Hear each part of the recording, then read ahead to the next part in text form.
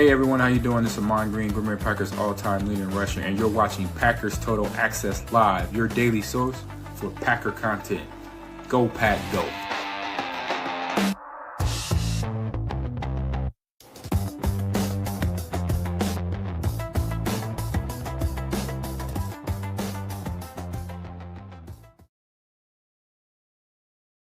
What's up, guys? Welcome into Packers Total Access. My name is Clayton. You can check us out on packernet.com. Find me on Twitter at Packers_access. It is the day after the debacle in Chicago. Obviously, a huge, tough loss to the Chicago Bears there at Soldier Field.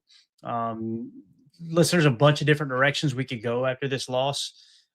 If you want to make excuses for injuries, boy, you've got plenty of them. And I don't say that in a negative, condescending way. If you're a fan that says, no excuses, you had that game in the bag, I can understand that standpoint too, right? I'm kind of somewhere in between, I believe. As you guys know, kind of talked about it, caught a lot of heat leading up to this game.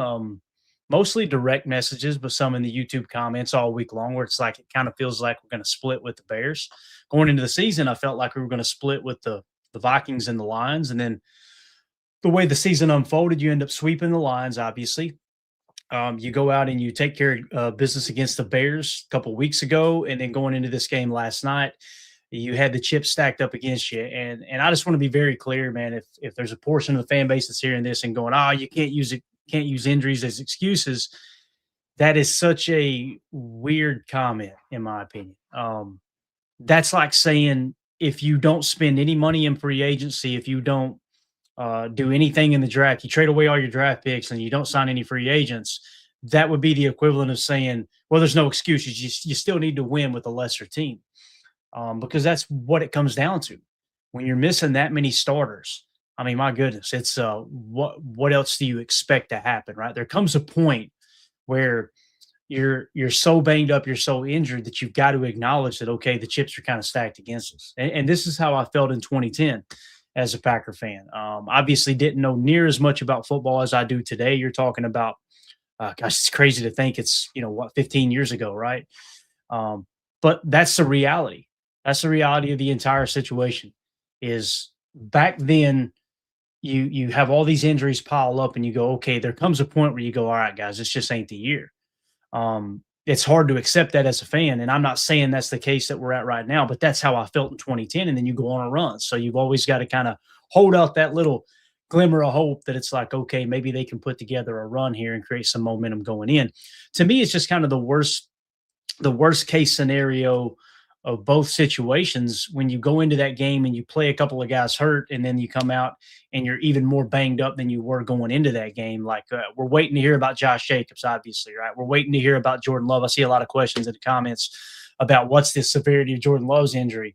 It seems a little weird to me. They wrote it a concussion, and that would suggest that, okay, a full week of concussion protocol, he should be good to go, because it's not going to be a short week. It's going to be a 7-day turnaround, right? Play again next Saturday. But at the same time, I don't know, it looked a little weird to me how they were a little concerned with his neck on the surface. You know what I mean? Like when he was on the ground, they were kind of positioning his neck. He laid there for a second. It's like not just your normal concussion. Also, typically they go in the blue tent. It's a concussion. You guys correct me if I'm wrong in the chat. Again, I may be completely off base here.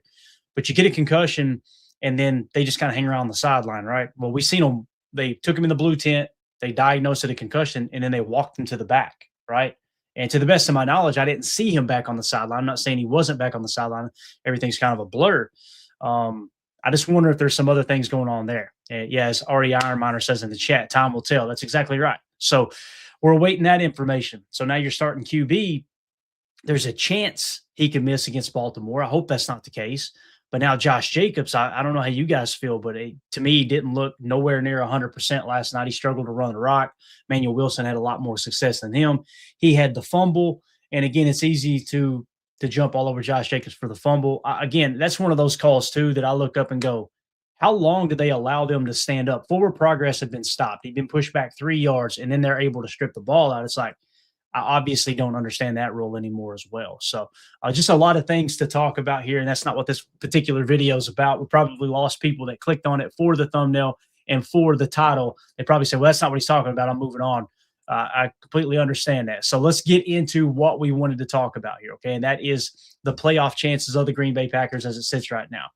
And on the thumbnail, you've got the 82%. That's what I'm seeing across the board, 82 to 85%. There's a lot of games that are going on right now as we speak. I'm going to give you guys an update on that. But let's start with the standings, okay? And these are the NFC standings, and you can see some people are already eliminated. Some teams are already, locked their spot up. And this is what we've got so far, okay? So starting at the top, the Seattle Seahawks, they have clinched a spot here as the X obviously means clinched a playoff berth. Just want to double check that. The Bears still have not clinched their playoff berth according to this particular standings here on ESPN.com. They're sitting at 11-4 in the number 2 spot. The Philadelphia Eagles have clinched a playoff spot. They've actually clinched their division at 10-5 in the NFC East. You've got the Tampa Bay Buccaneers are 7-7. They haven't clinched anything altogether just yet. The Rams have clinched a playoff spot at 11-4 in the number 5 spot. The number 6 spot is the San Francisco 49ers. They haven't clinched anything yet. They're sitting at 10-4, and your Green Bay Packers have not clinched anything yet at 9-5-1. Now, right behind them are the Detroit Lions at 8-6 and the Carolina Panthers at 7-7. So essentially, from the Green Bay Packers standpoint here, you have 3 teams battling for the number 7 spot, right? That's the Packers at 9-5-1, the Lions at 8-6, and the Carolina Panthers at 7-7. So again, those are the 3 teams we're kind of keyed in on right now. All right. Now, again, this doesn't mean the Packers can't win the North. You're just kind of looking at that last spot in the playoffs as it sits at the moment. Okay. So now if we switch gears and say, all right, let's just look at the playoff hunt here. Let's see if anything changes on the surface. Again, everything's kind of lined up the way we just talked about. So it's a 3-team race for the number 7 spot, and there's some shuffling that could take place there in between. You could really say there's a 4-team race for the last 2 spots, right? That's also a case and scenario there as well. So if we close that on off now, let's look at some of the games. Boy, I hate it when it does that. Lord have mercy, that's ugly. Let's now look at the scores around the league here, okay, according to ESPN. This is what's going on right now. We're going to hit refresh just to make sure everything's still up to date. Here's what we got. The Bills are currently leading the Browns 20-10. The Chargers are leading the Cowboys 21-17. The Cowboys have been eliminated already. The Chiefs are trailing the Tennessee Titans 9-3. That's a wild thing to think about, right? You got the Bengals currently leading the Dolphins at 17-14. You've got the Jets are trailing the Saints 9-6 in that game there. And then you've got the Vikings leading the Giants right now. It's about to go into halftime. The Vikings are leading the Giants 13-10. So, again, when we went back to the playoff scenario there, I wish I had closed that out.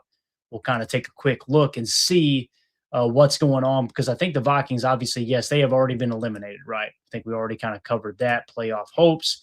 The Vikings have been eliminated. So there's really nothing to play for there, although coming up in week 7 or week 18, Packers, Vikings, obviously the Vikings are looking to play spoilers, right? There's nothing they would love more than to knock the Packers out of the playoffs if it comes to that.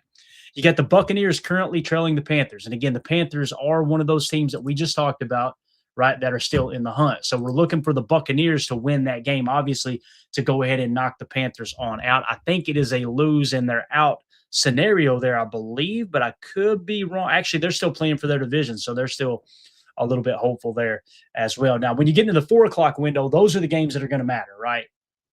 Here's what we've got. Jaguars at the Broncos in the AFC. That's obviously a 10-4 team versus 12-2 team. You get the Falcons at the Cardinals. Nothing on the line there in terms of playoffs. Steelers at the Lions is the big one that we want to watch. It's kicking off at 4:25. I imagine that will be Jim Nantz and Tony Romo calling that game. What I'm thinking about doing is going live toward the end of that game, maybe in the 4th quarter of that game, and almost doing like a watch along, a watch party, because here's the reality. If the Steelers beat the Lions, the Packers are in the playoffs. That's essentially what that means, to the best of my knowledge, right?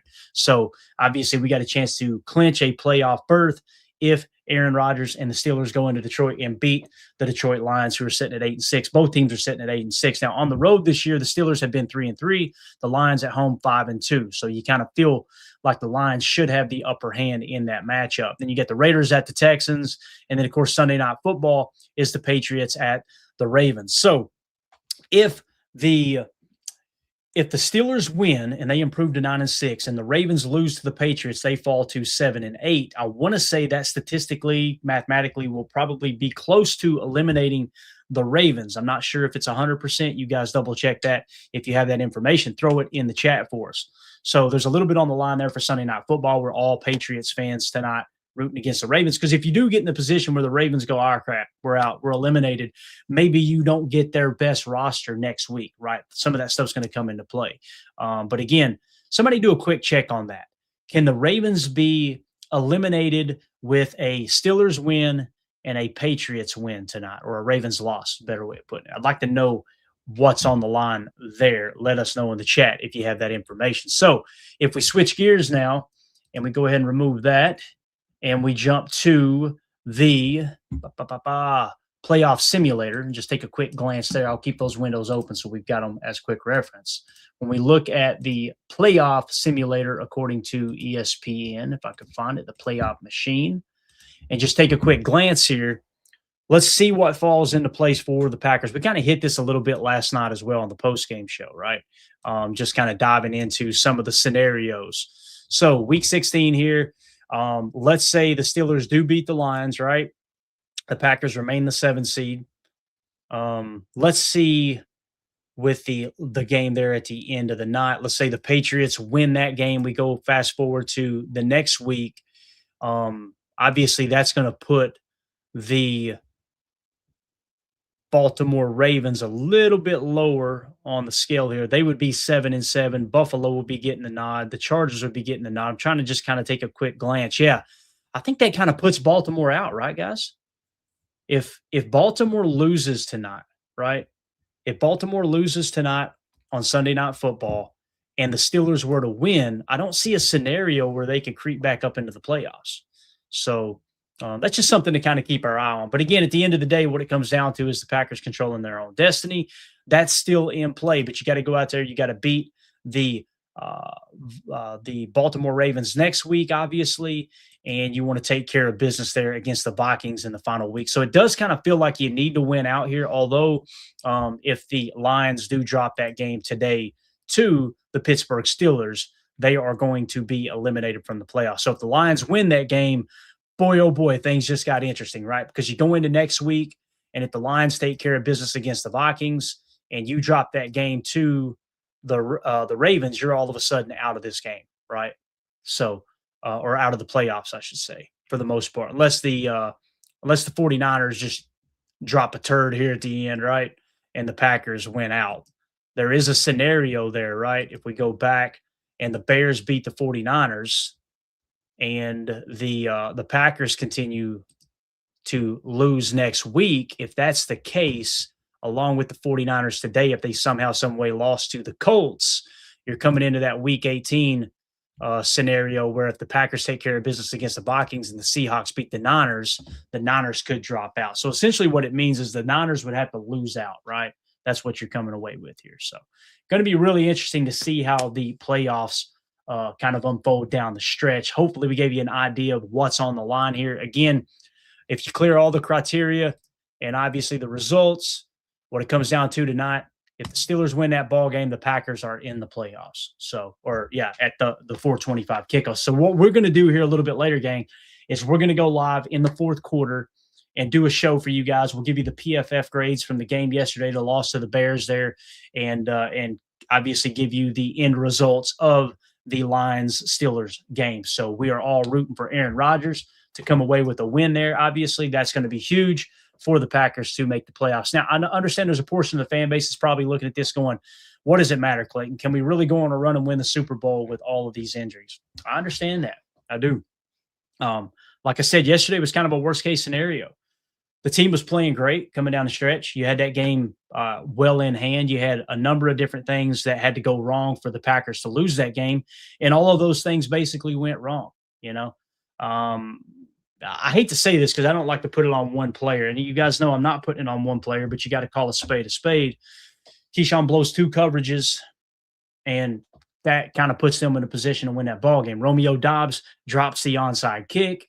Obviously, if we recover that onside kick, we probably go on and win that ball game as well, them needing 7 points and the clock ticking, right? So It's going to be really, really, really interesting to see how everything kind of lays out here. So that's really strange. Joe Pack Joe. Now let the Lions win out. I need Chicago to be on top of the world, only to miss the playoffs. Yeah, Bob. I'm not on board with that. I never look at it through the lens of rooting against another team over giving the Packers the best chance of making the playoffs. That's just me, though. So we'll have to agree to disagree there. All right. So Ari Ironminer said, "How can we still win the division?" Let's talk about that real quick. All right. So in order to win the division, let's throw it back up real quick. This is what would have to happen. All right. For us to win the division, it would take, let's just fast forward to week 17. This is really a conversation that just includes us and the Bears, right? We would have to beat Baltimore next week, and the 49ers beat the Bears. You notice they're still in first place in the NFC North. And then in week 18, us beat the Vikings, and the Bears would have to lose to the Lions. Okay. So if that happens, the Packers win the North at 11-5-1, which is wild to think about. It really is. So it would take the Bears losing the next 2 weeks, right? So if that happens and the 49ers beat the Bears next week, and then, of course, the Lions beat the Bears in the final week of the season, the Packers will be NFC North champions. We would host a playoff game. That is kind of the best case scenario for the Packers, right? Now, if tonight, let's say that the Steelers don't win that game and the Lions win, then the Lions have something to play for next week, right? So that's probably the scenario Joe Pack Joe is talking about, right? Where you kind of get into a situation where, okay, if that happens, let me drop that off the screen. I apologize. If you get in a situation where that happens, right, then okay, you're kind of rooting for the Lions, right, to upset the Bears in the following week. I can kind of see that scenario there, right? So again, if the Lions win tonight, then we are not in the playoffs necessarily yet, right? But if they win tonight, then they've got something to play for next week against the Vikings. If they win that game, right? And let's say we win our game. Actually, let's say we lose our game. Now the Lions are all of a sudden in, right? So that's the problem with that scenario with us going after the North. So if the Lions win outright here, they're going to try to, continue to make the playoffs, but that would knock the Bears down. However, it's going to come down to the Packers having to take care of business in those final weeks. And obviously that would put us in a situation where we could potentially win the North. Although with that scenario there, we did not do anything with the Bears. It's going to take an epic collapse from the Bears. It would take the 49ers beating and this could all happen. I say epic. I mean, that's very realistic, right? I mean, what you're essentially saying is in week 17, can the 49ers beat the Bears? Absolutely they can, right? And the 49ers are trying to hold on as much as they can too. Now, is there a situation where the 49ers could clinch the playoffs with no other benefit going into week 17 and sit their starters? That question comes into play, right? So now we're going down multiple rabbit holes here, right? So really what it comes down to is just take care of business, win your games, win out. You need to win out. We talked about it originally. You need to win 12 games to get in. You can't depend on just winning 11 games. And now we've gotten ourselves in that situation, right? Where if you win the next 2 weeks, you're going to finish with 11 wins. You'll be 11-5-1, and you still make the playoffs. But that tie has really played a huge role in this whole season, which is wild to think about, right? Yeah, that would be awesome, right? Pac-Man says, can you imagine the Bears losing the division because of our nemesis, the 49ers? LOL. That would be wild. So there's a chance the Bears could lose these next 2 games. You needed that game last night, man. You needed it bad. It's just everything would be right in the world today if that were the case, if you had won that ball game last night. And it sucks because you had it. And I'm seeing people calling for the firing of Matt LaFleur again. It's a very, very minute but very, very loud portion of the fan base. I don't know how you can put that loss on LaFleur last night, man. I just don't get it. I feel like he schemed his ass off. He had his backup quarterback, just going up and down the field. Look at what he was having to play with out there. You lose Josh Jacobs at the end of that game, right? You've lost Jordan Love. You're already playing with a makeshift offensive line where there's pretty much, your best starters, Elton Jenkins on IR, Zach Tom out this game, right? You're missing Evan Williams on the defensive side of the ball. all these things that came into factor last night. And here we came down to the end of the game, and you had your starters that were still in the game, Keyshawn Nixon, blow the 2 coverages. You had Romeo Dobbs. Again, I question anyone. I don't know of anyone that would rather there be another receiver on that onside kick trying to field the ball than Romeo Dobbs. Maybe Matthew Golden, in my opinion. Other than that, and it is worth noting that Josh Jacobs was actually on the return team, that hands team, for the onside kick recovery too. So how hurt is he, right? Can he actually get healthy in 7 days? I don't know if he can. It doesn't feel like he can, based off of, the way he played last night, and he just looked banged up. He really did. So I'm with you, Coach. I think Matthew Golden's probably the only other one, right? Yeah. So it's a tough loss, but hopefully you guys got a little bit better idea of the playoff scenario. That was the purpose of this video, was just kind of run it down real quick. We're keeping our eye on these games. In terms of the early window here, there's really not a whole lot going on. I don't think there's anything other than the Panthers, right? We want the Panthers to lose that game. And as it sits right now, just to get you guys a quick update, the Carolina Panthers are currently, where'd that game go? They are currently leading at the half 13-10, right? So although they've got the same record, so I guess the Buccaneers jump right into the Panthers spot, right? Whichever team wins that game, the Bucs will win their division. No, yeah, we want the Bucs to win this game. We want the Bucs to win this game and beat the Panthers down a little bit. And that's the only game in the early window here that I can think of that really makes a lot of sense for the Packers. So the big one today, 4:25 kickoff, 3:25 Central, is going to be Steelers at the Lions. And then obviously we want the Patriots to beat the Baltimore Ravens in that game tonight. Hopefully we get ourselves in a situation where we can maybe face not the starters there against the Baltimore Ravens. And I haven't been keeping up with them much here lately. I mean, obviously they're having a down year, and it's a little early to look ahead. We got a lot to cover, to unpack from this loss to the Bears before we jump ahead to the Baltimore Ravens. But yeah, I mean, them sitting at 7-7 kind of tells the story, right? So yeah, going to be interesting. Going to be really, really interesting. You're welcome, John. John says, thanks for the update. Needed a lift. Absolutely, man. Again, we got to put things into perspective, right? It's an uphill battle for this Packers team, who it's a lot of injuries to overcome for the rest of the season. But man, we're going to be here every step of the way. And this is what the NFL is all about, man.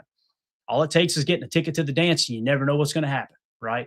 And you've seen last week, the New England Patriots going to that week, it's like they're the best team in football, right? Arguably. And then they had that epic collapse. And then you got the Denver Broncos, who we went up against last week, and we were banged up like we have been here recently. And what happened? You had it within one score of arguably the best team in the league. You get a couple of balls bouncing in your direction there, you could have beat the best team in the National Football League, sitting there at 12-2, right? They would be sitting at 11-3 right now. And then it would be the Seattle Seahawks you probably look at as the best team, which you had the LA Rams that everybody was adoring last week. They had an epic collapse against the Seattle Seahawks. That's the league, man. That is the league. Professor Case, that is perfect, man. That's the person I thought of too on the hands team. Tucker, he said Tucker was the hands guy. Absolutely. That's probably the guy I would want recovering that, because he's going to absorb that hit too. You could tell Romeo started backpedaling like, oh, crap. He's got 3 guys gunning at him as the ball's approaching him. And it takes a different kind of cat to field that and take that hit, right? So going to be interesting there. Pac-Man says in the chat, Matt LaFleur did say on TV that Jacobs was our backup quarterback if Willis went down. My guess is he just didn't want to chance his injury. That makes a lot of sense, right, Pac-Man, that you got to kind of hold him out because he's the emergency quarterback. That's wild, isn't it? Absolutely wild. I think Savion's probably better fit for that in terms of a skill standpoint. He got some quarterback background, but he probably doesn't have a grasp of the offense quite like Josh Jacobs does, right? And they probably got a backup plan there with Josh Jacobs that you go to a Wildcat kind of, package and just go, right? So last one here, Jack in the chat. Appreciate you, Jack. He says, Matt LaFleur coaches his ass off, but I understand people being frustrated with him with the team comes out and only plays for 55 minutes. I mean, yeah, if you want to put that on the coach, I'm sorry. I just don't. I have to respectfully disagree. I don't see how it's Matt LaFleur's job to make sure Keyshawn is in the mode there down the stretch, right? Again, and with Keyshawn, it's not like he wasn't out there trying. So, It was just he's too aggressive, biting on the stuff underneath, and he just got caught kind of floating on that look where I've watched it back 1,000 times, and we'll get into it on Chalk Talk. To me, on that release, when you give a semi-stack look there, they're looking to try to confuse your DBs. And the way that typically plays is if you're the corner on the right, whether you're in man coverage or zone, right? If you're the corner on the right, whoever releases, it could be the one opposite side release inside, and he becomes the 2. That's the guy you go with. Or if the 2 just stays on your area, you go with him. So it's essentially you let them declare and then you go in your direction. And Key just kind of didn't cover anybody. He kind of got caught in no man's land there. It was a tough look, man. So, yeah.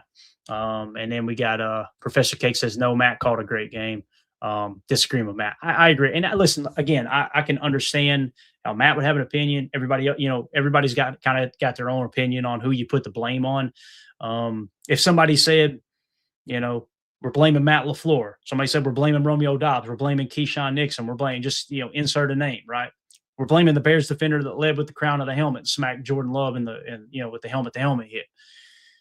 Yes, I agree with all of them. There's enough fault to go around, but it's just when you don't have as much veteran leadership on a team, and then on top of that, the youngest roster in the league is banged up, so you're now down to borderline practice squad guys in some cases. It's going to be hard to win those close games, because again, at the end of the day, if you've got a close game, you got a one-possession game, and you're looking, okay, man, we need people who have been here. They've done that. They've got the experience, right? That's kind of what you lean on the most. I'm sure Coach Lynn can attest to this, right? Like it's no matter what level you're coaching at, whether it's high school, college, or pro, when the game's on the line, you don't think, get me my young athletic guy out there to win the ball game. You're probably thinking, especially in a situation like last night where you're just kind of holding on to a win as everything's crumbling around you, you probably want a veteran guy out there, right? You want a guy that makes the quarterback throw an absolutely perfect throw rather than give him a wide open slam dunk touchdown there toward the end because you're being too aggressive, right? So, yeah. Anyway, we could talk about this all day. I really appreciate everybody jumping in here on short notice. This was a fun little conversation. Hopefully everybody's got an idea of what we're looking at here. Someone asked what the actual percentage was, and it is 82%. That's correct. They actually asked specifically, is 82? Yeah. Jay Spears says in the chat, so we have an 82% chance now. That's what I'm seeing, 82 to 85% chance of making the playoffs. And again, it really just comes down to winning your last 2 games or the Lions losing this game tonight and you're in the playoffs. But again, if the Lions lose tonight, they don't have nothing to play for the next 2 weeks, then maybe they don't march their starters out there against the Bears, and all of a sudden the Bears kind of run away with the division as opposed to the Bears potentially dropping 2 in a row, you winning out, and you win in the division. So we can still win the division, and we've got an 82% chance of making the playoffs. That's the gist of I could have done a 2-minute video, right? We would have got to the end of it, but I'm glad we had this conversation for sure, man. Appreciate everybody jumping in here. But we'll be back tonight. Like I said, it'll probably be around 6 p.m. Central, maybe a little bit earlier. We want to catch the 4th quarter of the Steelers-Lions game if it's close, and we'll give you guys kind of play-by-play and just have a conversation talking about what it means. We may be celebrating, all right, we made the playoffs if the Steelers get that win tonight, right? And that would be fun. So, especially with everything that's happened this year, man. All the adversity this team's faced, and here we are 2 weeks out, potentially clinching a playoff spot.